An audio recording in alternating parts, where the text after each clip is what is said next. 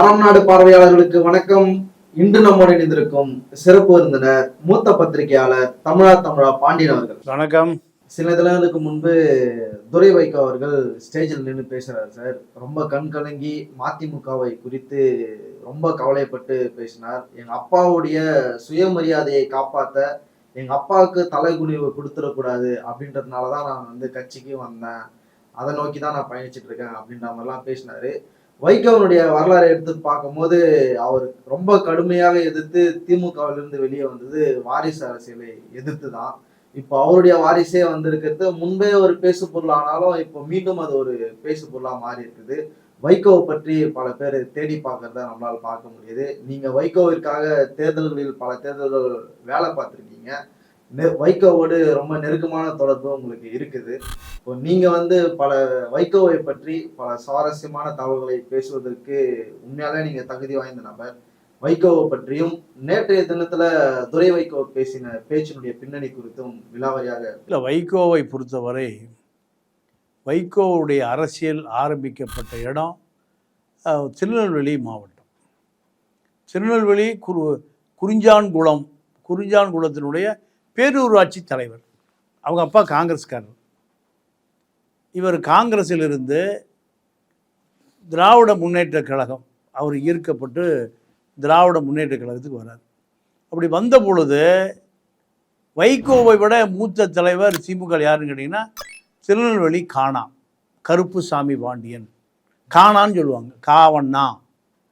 இவர் தான் வைகோவனுடைய பாஸ்.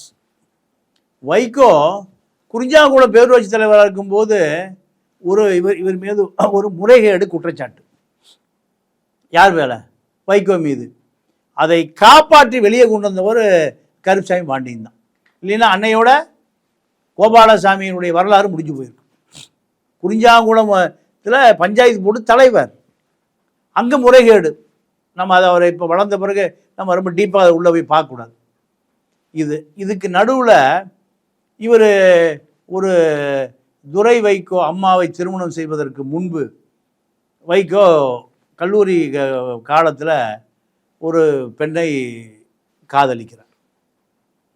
காதலித்து அந்த குடும்பம் நடத்தி ஒரு குழந்தையும் பெற்றுக்கொள்கிறார். யார்? வைகோபாலசாமி. இப்போ துரை வைகோவுடைய அம்மாவை அல்ல. இதன் பிறகு அவன் குடும்பத்துக்கு தெரிய வருது. யாருக்கு? வையாபுரிக்கு, வைகோவனுடைய அப்பாவுக்கு. பதறி அடித்து நீங்கள் அந்த பெண்ணுக்கு ஜீவனாம்சம் செட்டில் பண்ணிவிட்டு மறுபடியும் திருமணம் செய்து வைக்கப்பட்டவர் தான் துரை வைகோவுடைய அம்மா.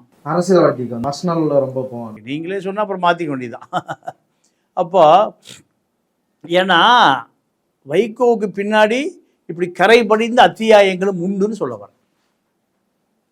திமுக அரசியலுக்கு வர்றாரு. திமுக அரசியலுக்கு வந்த பிறகு கலைஞரின் தொண்டர், சரியான தொண்டராக இருக்கார். ஏன்னா எம்ஜிஆர் ஆட்சிக்கு 77 முதல் 87 வரை திமுக நீங்கள் அதிகாரத்தில் இல்லை. எம்ஜிஆர் 77 அதிகாரத்துக்கு வராரு. 87 மரணமடைகிறார். 2 வருஷம் திமுக, அதன் பிறகு 5 வருஷம் அதிமுக. அதற்கு பிறகு தான் திமுக 5 வருஷம் நிலையாக ஆட்சி. இந்த 10 வருட காலம் 77 87 10 வருட காலம் கருணாநிதியோடு பயணம் செய்வதற்கு ஆள் இல்லை. எமர்ஜென்சியில் எப்படி ஆளே இல்லை. டிரைவர் கூட விட்டு ஓடி போயிட்டான். டிரைவர் கூட அந்த காலகட்டத்தில் கருணாநிதியினுடைய நிழலாக பயணம் செய்தவர் வைகோ. நமக்கு ஒரு எதிர்காலமே கருணாநிதி தான். கருணாநிதியை பொறுத்த வரைக்கும் கருணாநிதி சிறுபான்மை சமூகத்தை சேர்ந்தவரை கருணாநிதி அழகு பார்ப்பார் உயர வச்சு. ஏன்னா அங்கே திருநெல்வேலி பக்கம் நாடார், முக்குளத்தூர், தேவேந்திர வேளாளர்கள அரசியல் தான். இவர்கள் யாருமே பெரும்பான்மையான சமூகத்தினுடைய அடையாளங்கள். அப்போ அவங்கள கட்சி விட்டு நீக்கினாலோ பதவி கொடுக்கலினாலோ கட்சி ஆட்டங்காண்டும். ஆனால் இவர் நாயுடு சமூகத்தை சேர்ந்தவர். அதனால் தேவேந்திர குல வேளாளர், நாடார், முக்குளத்தோர் அரசியலுக்கு பேலன்ஸ் செய்வதற்காக வைகோவை தயார்படுத்துகிறார். நெல்லை நெடுமாறன் ஒருத்தர் அவர் தான் ஒருங்கிணைந்த மாவட்ட செயலாளர். நீங்கள் கலெக்டர் ஆஃபீஸில் கட்சிக்காரருக்கு ஒரு வேலைன்னா கலெக்டர் அலுவலகத்தில் துண்டை உரிச்சு படுத்துருவார் பல ஆயிரம் தொண்டர்களோடு. அப்படி ஒரு பெரிய தலைவர். அவரை அரசியலில் இருந்து அகற்றியவர் கருணாநிதி. ஏன் அகற்றினார்னா கருணாநிதியோட அவர் அறிவாளி நெல்லை நெடுமாறன். ஆனால் வைகோவை பொறுத்தவரை வைகோ தனக்கு எந்த நேரத்திலும் உதவியாளராக இருப்பார். கலைஞருக்கும் வைகோவுக்கும் எப்படி சார் கிளாஷ் ஆகுது? என்ன பிரச்சனை? எப்படி கிளாஷ் ஆகுதுன்னா, இங்கே ஈழப் போராட்டம் ஆரம்பிக்குது. ஈழப் போராட்டம் 83 ஜூலை கலவரம். அதுதான் உலகத்தில் இருக்கிற எல்லா ஈழத்தமிழர்களுக்குமே 13 இராணுவம் கன்னிவெடி வைத்து கொலை செய்யப்பட்டார்கள். கொலை செய்யப்பட்டு படுகொலை கன்னிவெடியில் உடம்பு சின்னாபின்னமாகி போச்சு இராணுவ வீரனுக்கு. இதை எடுத்துக்கொண்டு கொழும்பு பூரா ஊர்வலம் போகிறாங்க. அப்படி ஊர்வலம் போகும்போது தமிழர்கள் அங்கங்கே தாக்கப்படுகிறார்கள். அரசே கொலை செய்யுது. அரச பயங்கரவாதம் இதுதான்.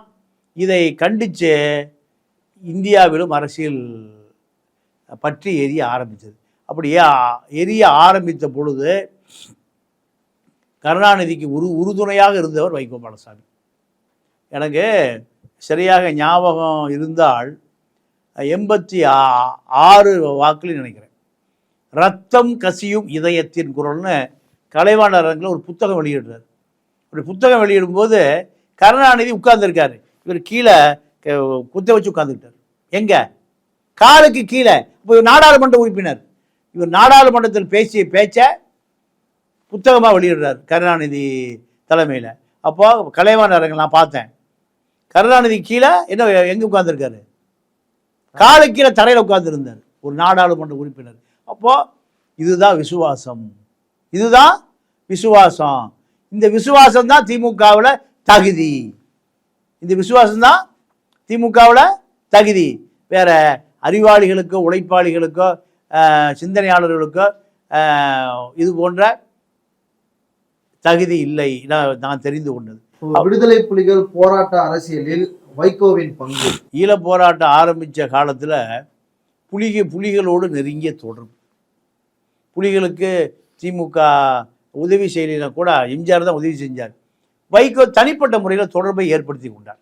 ஒரு போட்டோ இருக்குல்ல சார், ஒரு பக்கம் பிரபாகரன் மாத்தையா மாதிரியான ஒரு புகைப்படத்தை வந்து இது வரைக்கும் வேற யாராலையுமே காட்ட முடியல. நான் அந்த போஸ்டரை நானும் திராவிட கழகத்தினுடைய இன்னைக்கு வாழும் தாடியில்லா பெரியார் கோவை கு ராமகிருஷ்ணனும் நீங்கள் இறந்து போன புதுக்கோட்டை சரவணன் என்கவுண்டர் சுட்டு கொண்டாங்க புதுக்கோட்டை சரவணன், இப்படி நம்ம தலைவன் ஆறுசாமி, நாங்களெல்லாம் தேர்தலுக்கு 2 நாளுக்கு முன்பு கோயில்பட்டி பஸ் ஸ்டாண்டில் பச தடவி ஒட்டணும் இந்த படத்தை. எதுக்குன்னா வைகோ ஒரு ஈழத்து பிரபாகரனுக்கு நெருக்கமானவர். மாத்தியாவையும் பிரபாகரனையும் 2 கைகளை போட்டு அணைத்து போஸ் கொடுக்கக்கூடிய இந்திய உலகத்திலே தகுதி படைத்தவர் வைகோ தான். இதை நாங்கள் கையில் பசையை தடவி கோவை ராமகிருஷ்ணன் இவ்வளோ பெரிய தலைவன், செத்து போன சரவணன் எல்லாம் ஒவ்வொரு காலையில் 5 மணிக்கு வர்ற பஸ்ஸில், ஏன்னா பஸ் ஊராக போகும். நீங்கள் இப்போ இந்த போஸ்டர் கிளாயத்து கேட்டீங்கல்ல, இப்படி ஒரு சீனை இது வரைக்கும் உலகத்தை யாருமே பார்க்க முடியாதுன்னு. அந்த போஸ்டரை என் கையால் பசையோட கழிச்சு நீங்கள் 89 தேர்தலில் புதுக்கோட்டை செரீப்பு இப்படியெல்லாம் ஒட்டினோம். ஆனால் வைகோபாலசாமி அந்த தேர்தலில் தோற்று போனார். காளிமுத்து எம்பியை ஜெயிச்சார்.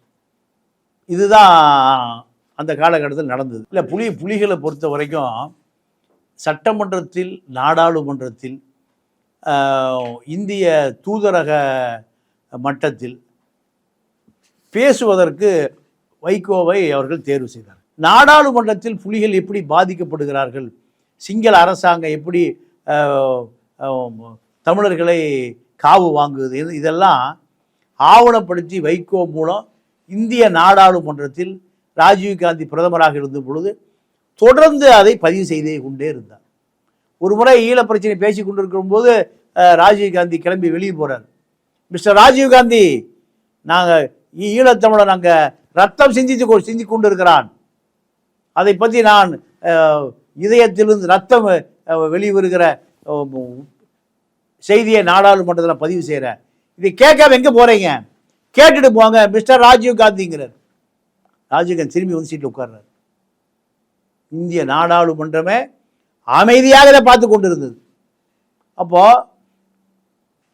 புலிகளினுடைய அறிவிக்கப்படாத இந்திய கொள்கை பரப்பு செயலாளர் நாடாளுமன்றத்தில், இதுதான் வைகோ. அப்போ வைகோவை பொறுத்தவரை நீங்கள் ஈழத்தில் எது நடந்தாலும் அதனுடைய பாதிப்பை இந்திய நாடாளுமன்றத்தில் பதிவு செய்தவர் வைகோ.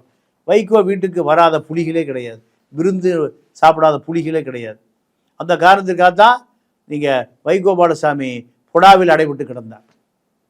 இப்போ என்ன வைகோபாலசாமிக்கு என்னன்னா ஸ்டாலினா வைகோபாலசாமியா, இதுதான் அந்த காலகட்டம் திமுகவுக்குள்ள ஒரு பெரிய நெருடல்.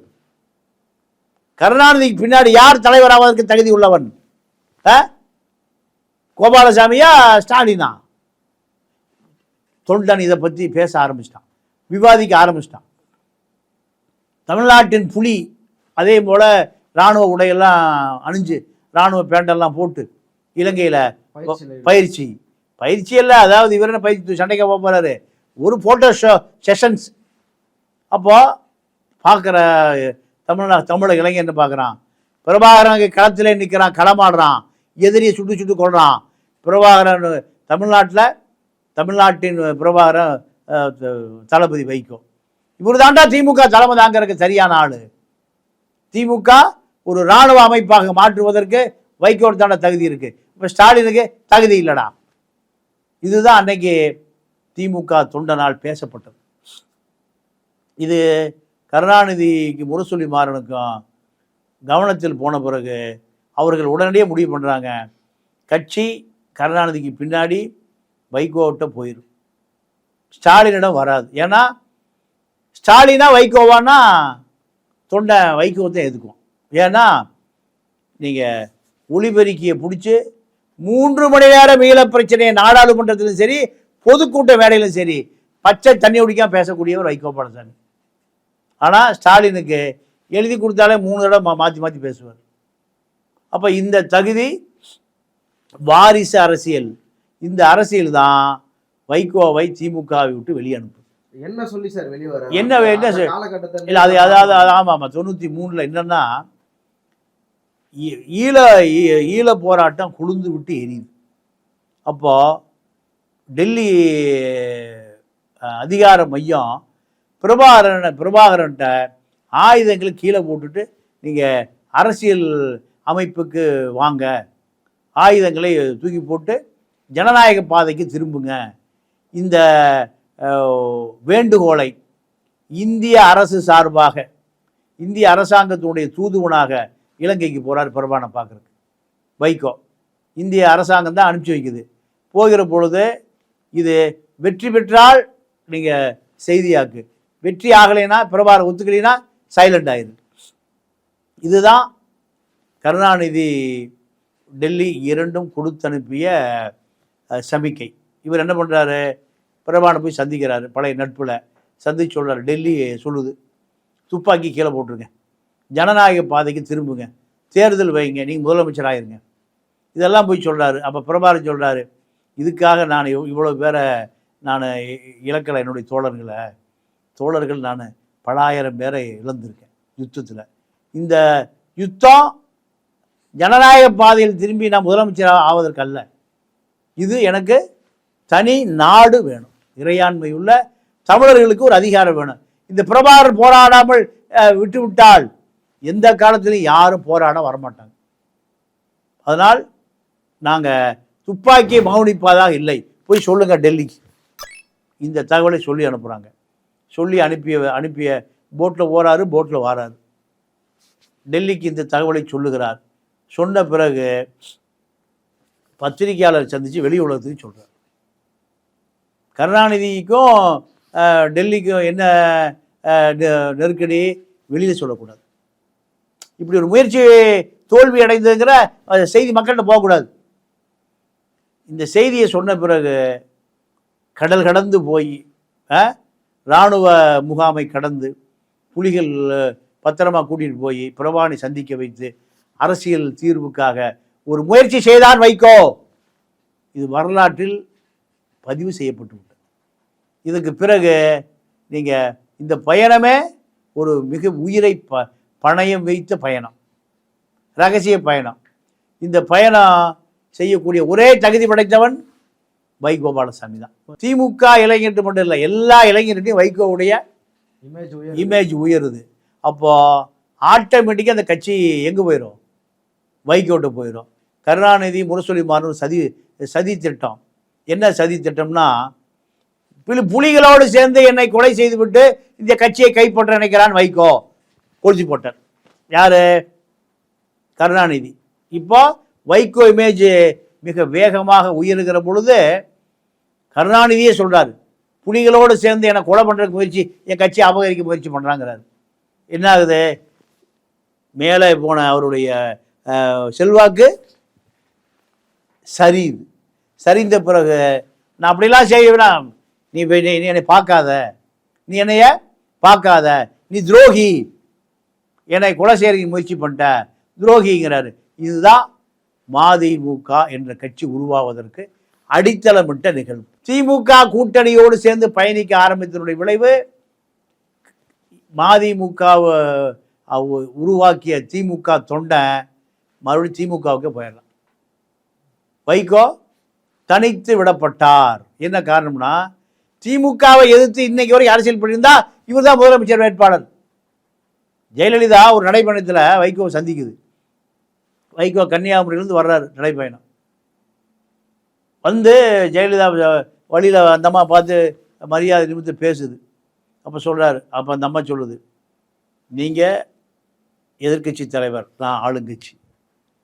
அரசியல் திருப்பி தலைகளை வந்தால் நீங்கள் ஆளுங்கட்சி தலைவர், நான் எதிர்க்கட்சி. திமுகவை எதிர்ப்பதை முழு மூச்சாக செய்து கொண்டிருங்கள். எம்ஜிஆர் அப்படி தான் செஞ்சார். திமுகவை எதிர்ப்பதை முழு மூச்சா நான் இன்னைக்கு அதான் பண்ணிட்டு இருக்கேன்.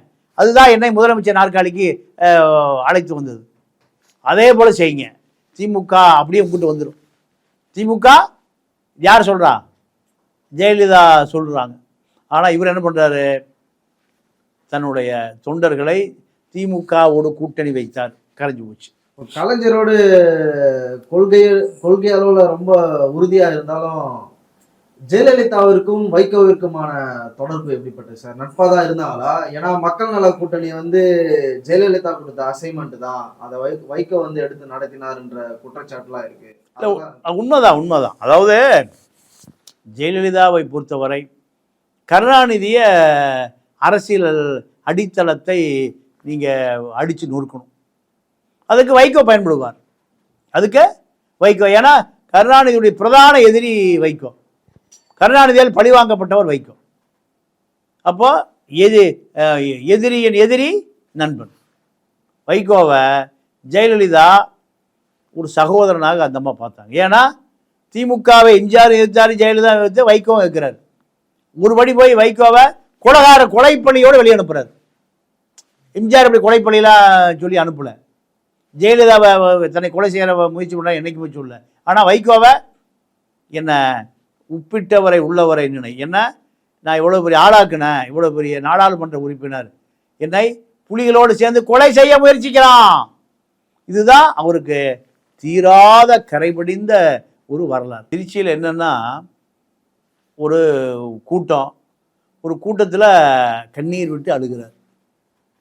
என்ன சொல்கிறாருன்னா, நான் அரசியலுக்கு நிர்பந்தப்படுத்தி அழைத்து வரப்பட்டேன். எங்கள் அப்பா ஒரு 30 ஆண்டு கால மிகப்பெரிய தியாகி. அந்த தியாகம் கொச்சைப்படுத்தப்படுகிறது.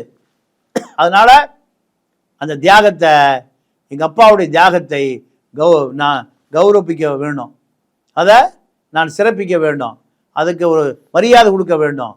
இதற்காகத்தான் நான் பல பொதுக்குழு, செயற்குழு, நிர்வாகக்குழுலாம் என்னை அழுத்தம் கொடுத்தாங்க. நீதான் அந்த கட்சி தலைமை தாங்கணும்னு சொன்னாங்க. அதனால தவிர்க்க முடியாமல் நான் திருச்சியில் உங்களுக்கு முன்னாடி நிற்கிறேன்.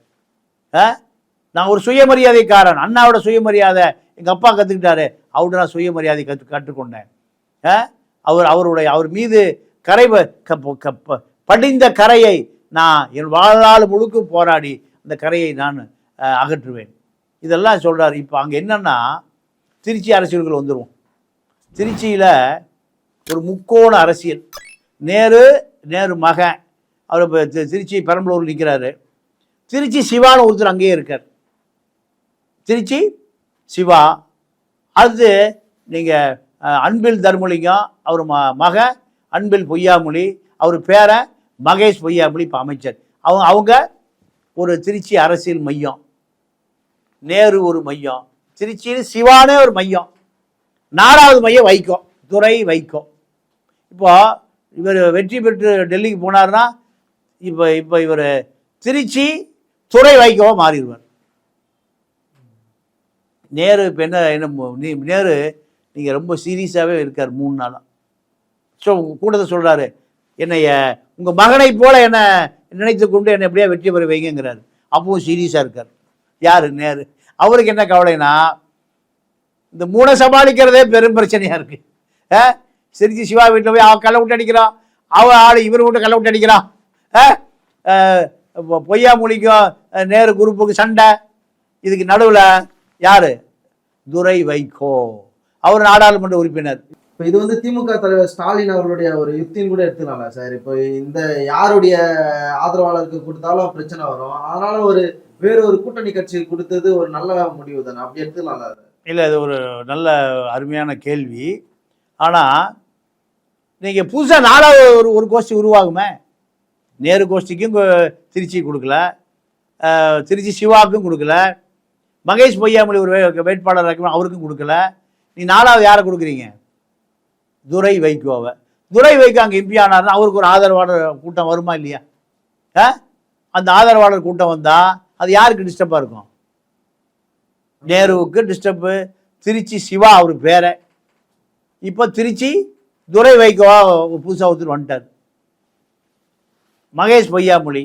இப்போ 3 பேரை தாண்டி திருச்சியில் புதுசாக ஒரு அதிகார மையம் உருவாகுது. 3 அரசியல் தலைநகரங்கள்: திருச்சி, மதுரை, கோவை.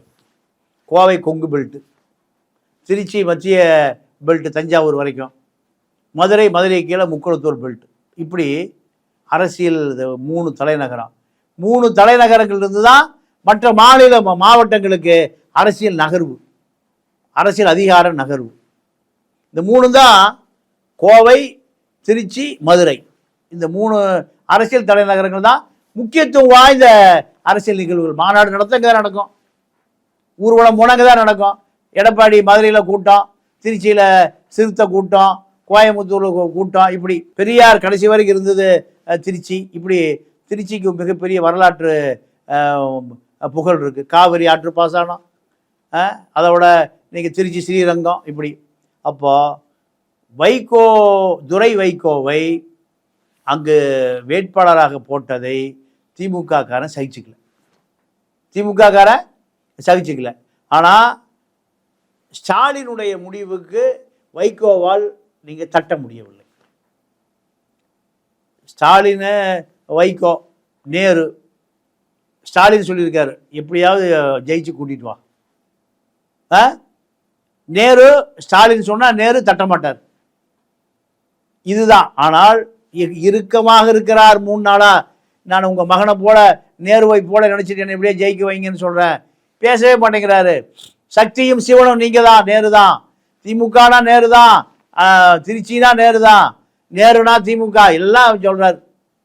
ஆனால் என்ன நடக்குதுன்னா, புதிதாக ஒரு அதிகார மையம் திருச்சியில் மையம் கொள்ளுவதை, அதிகாரம் குவிக்கப்படுவதை, 5 ஆண்டு காலம் அவர் தான் எம்பி திருச்சியில். அப்போ கலெக்டர் பாப்பா, எஸ்பி பாப்பார், மாவட்ட செயலாளர், மந்திரி கிந்திரி. இதை 3 பேருமே ரசிக்கல. வைகோவை பொறுத்தவரை வைகோ அமைதியாக இருக்கார். ஏன் அமைதியாக இருக்காருன்னா, அவருக்கு இன்னொரு பெரிய சோகம். அந்த கட்சியினுடைய பொருளாளர் நீங்கள் கணேசலிங்கம் மருந்து குடிச்சிட்டு மரணத்தின் தருவாயில் இருக்கார். ஈரோடு மாவட்ட செயலாளர் இருந்தவர். பல மாவட்ட செயலாளர் கட்சி விட்டு போயிட்டாங்க. இப்போ அவர் கட்சி விட்டு போகவே இல்லை. நீண்ட காலம் இருந்தார். தன்னை மீண்டும் நாடாளுமன்ற உறுப்பினராக ஆக்குவதற்கு திமுகவில் சீட்டு வாங்கி ஈரோடு ஜெயிக்கலான்னு பார்த்தார். ஆனால் தன்னுடைய மகனுக்கு திருச்சியில் சீட்டு வாங்கி ஈரோடை கைவிட்டு விட்டார். இதனால் அவர் தென்னை மரத்துக்கு பூச்சி கொல்லி மருந்தை சாப்பிட்டுட்டு 50% தான் அவருக்கு உத்தரவாதம் கொடுக்க முடியும். அபாய கட்டத்தை தாண்டவில்லை. வைகோ உருக்கமாக சொல்கிறாரு, ஏன் கணேசமூர்த்தி அவசரப்பட்டுட்டு இப்படி செஞ்சிட்டியே. அவர் தன்னுடைய மகன் ஈரோடு மாவட்ட செயலாளர் ஒரு தூதுக்குழு அனுப்புகிறார். எனக்கு இந்த முறை ஒரு வாய்ப்பை கொடுங்க, இந்த முறை எனக்கு இந்த வாய்ப்பு இல்லை, வாய்ப்பு கொடுங்க, எனக்கு 70 வயசு கடந்துருச்சு, அடுத்த முறை எனக்கு வேண்டாம், இந்த முறை எனக்கு வாய்ப்பு கொடுங்கிறார். இல்லை, கணேசமூர்த்தியினுடைய நீங்கள் தற்கொலை முயற்சி மதிமுகவை நீங்கள் மிகப்பெரிய அதிர்ச்சிக்கு உள்ளாக்கியிருக்குது. ஒரு கட்சியினுடைய பொருளாளர், 2 முறை நாடாளுமன்ற உறுப்பினர், இப்போ சிட்டிங் எம்பி அவர் தான். எங்க ஈரோட்டில் வைகோவோடு கடைசி மாவட்ட செயலாளர். அவைத்தலைவர் துரைசாமி போயிட்டார். துரை வைகோவுக்கு திருச்சியில் நாடாளுமன்ற வேட்பாளர் பட்டியல் அறிவித்த உடனே விஷத்தை குடிக்கிறார். விஷத்தை அப்போ வைகோவனுடைய அந்த உழைப்பு, வைகோவனுடைய அந்த மதிமுகவை கட்டி காத்தது எல்லாம் தன்னுடைய மகன் எந்த வாரிசு அரசியலுக்காக மதிமுகவுடைய வெளியே வந்தாரோ அந்த மகனுடைய அரசியலுக்காக மதிமுகவுடைய கட்டடங்கள் என்ன ஆகுது? சரிது.